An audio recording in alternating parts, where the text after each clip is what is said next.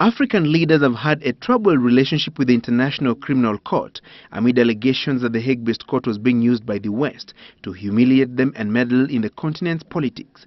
And now, the process of disengaging the continent from the ICC has begun in earnest, with Kenya leading from the front in signing the Malabo Protocol to establish an African version of the International Criminal Court.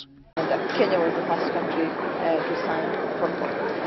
Because again, as we have always said, we believe in African solutions to African problems. The protocol was adopted last year during the 23rd African Union Heads of State Summit in Equatorial Guinea. It seeks to expand the jurisdiction and mandate of the African Court of Justice to enable it to handle crimes that would end up at The Hague. These include genocide, crimes against humanity, war crimes, and other crimes of aggression.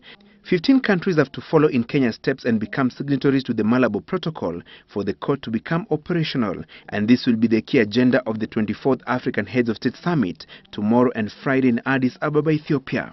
We also believe that if we have our own courts, we will have a better way of developing our own judicial infrastructure. The court, if set, will have powers to handle other matters that the ICC does not, but that are rampant in Africa. These include unconstitutional change of governments, piracy, terrorism, mercenarism, corruption and money laundering.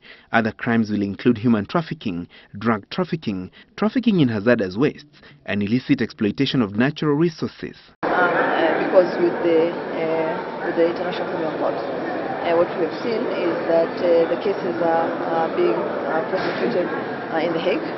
It's not actually doing much for the judicial systems on the continent.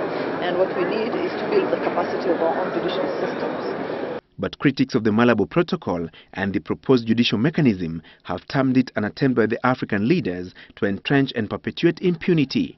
The protocol seeks to insulate any sitting head of state from prosecution, and this immunity is extended to other senior government officials. This, they claim, is to save countries from sinking into anarchy, citing Somalia and Libya as examples.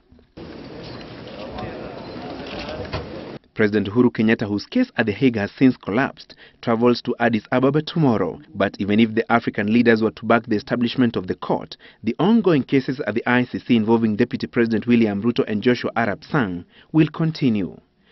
Francis Gachuri for the Citizen Business Center.